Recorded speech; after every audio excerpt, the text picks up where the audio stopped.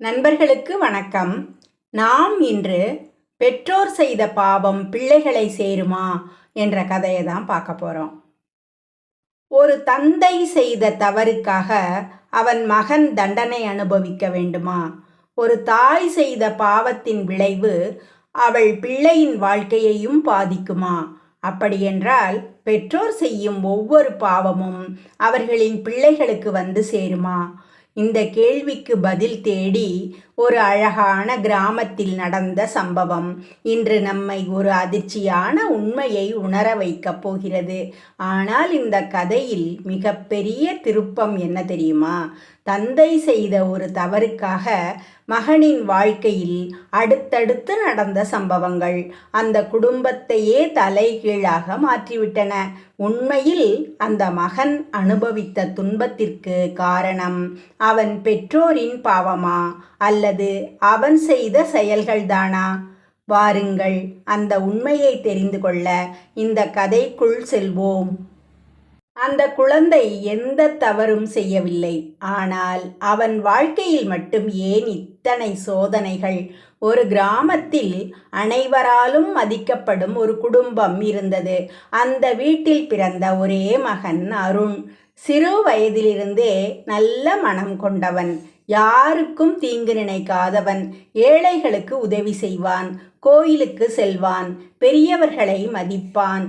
ஆனால் அருணின் வாழ்க்கையில் மட்டும் தொடர்ந்து துன்பங்கள் வந்து கொண்டே இருந்தன. அவன் தொடங்கிய தொழில் நஷ்டமானது. திருமணம் நிச்சயமானது திடீரென நின்று போனது. அவனுக்கு மிகவும் பிடித்த நண்பனே அவனை ஏமாற்றினான். ஒரு நாள் மனம் உடைந்து தன் தந்தையிடம் அருண் கேட்டான், அப்பா, நான் யாருக்கும் எந்த தீங்கும் செய்யவில்லை. அப்படி இருக்க ஏன் என் வாழ்க்கையில் மட்டும் இவ்வளவு கஷ்டம் என்று கேட்டான். தந்தை பதில் சொல்லவில்லை. அந்த இரவு அருண் வீட்டில் உள்ள பழைய அறைக்குள் சென்றபோது பல ஆண்டுகளாக திறக்கப்படாமல் இருந்த ஒரு பெட்டியை பார்த்தான். அதை திறந்தவுடன் அதற்குள் இருந்த ஒரு பழைய கடிதத்தை பார்த்து அவன் அதிர்ச்சியில் உறைந்து போனான்.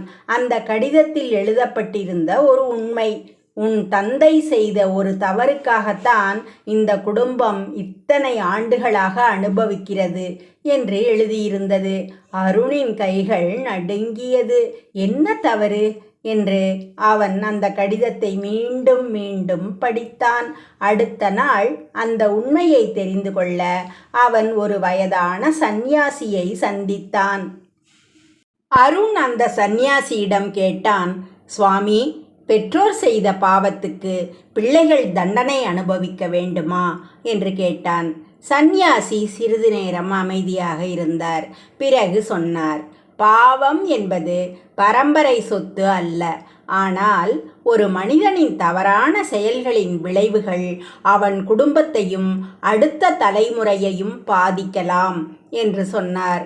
அந்த ஒரு வார்த்தை அருணுக்கு புரியவில்லை. அப்போது சந்நியாசி ஒரு சிறிய கதையை சொன்னார். ஒரு விவசாயி நல்ல விதையையும் கெட்ட விதையையும் ஒரே நிலத்தில் விதைத்தான். சில ஆண்டுகளுக்கு பிறகு அந்த விவசாயி இறந்துவிட்டான். ஆனால் அவன் மகன் அதே நிலத்தில் விவசாயம் செய்தான். மகன் விதைத்தது நல்ல விதை. ஆனால் பழைய களைகள் மீண்டும் மீண்டும் முளைத்தன. அப்போது சந்நியாசி சொன்னார், மகன் களைகளை விதைக்கவில்லை, ஆனால் தந்தை விட்டு சென்ற நிலத்தை அவன்தான் சுத்தம் செய்ய வேண்டியிருந்தது என்றார். அருணுக்கு உண்மை புரியத் தொடங்கியது.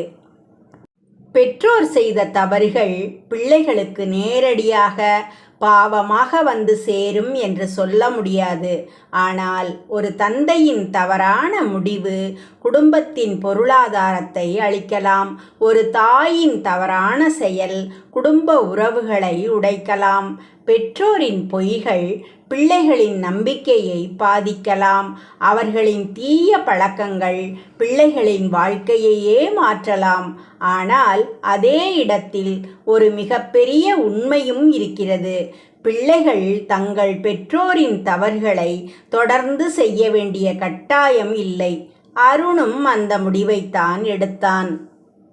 என் தந்தை செய்த தவறு என்னுடைய விதி அல்ல, அதை நான் திருத்துவேன் என்று முடிவு செய்தான்.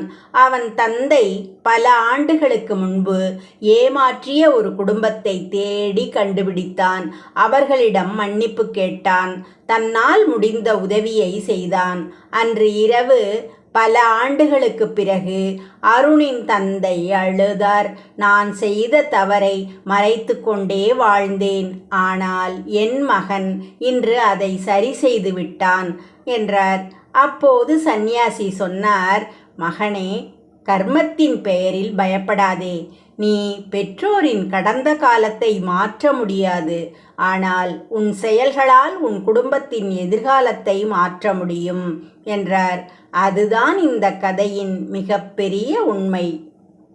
பெற்றோர் செய்த தவறு பிள்ளைகளின் வாழ்க்கையை பாதிக்கலாம், ஆனால் பிள்ளைகளின் நல்ல செயல்கள் அந்த தவறுகளின் தொடரை முடிவுக்கு கொண்டு வரலாம். எனவே என் பெற்றோர் இப்படித்தான் செய்தார்கள், நானும் இப்படித்தான் வாழ வேண்டும் என்று நினைக்காதீர்கள். ஒரு குடும்பத்தின் பழைய தவறுக்கு நீங்கள் முடிவாக இருக்கலாம். ஒரு புதிய தலைமுறையின் நல்ல தொடக்கமாகவும் நீங்கள் இருக்கலாம். ஏனென்றால் கடந்த காலம் நம்முடைய கையில் இல்லை, ஆனால் அடுத்த தலைமுறைக்கு நாம் விட்டு செல்லும் பாதை நம்முடைய கையில்தான் இருக்கிறது.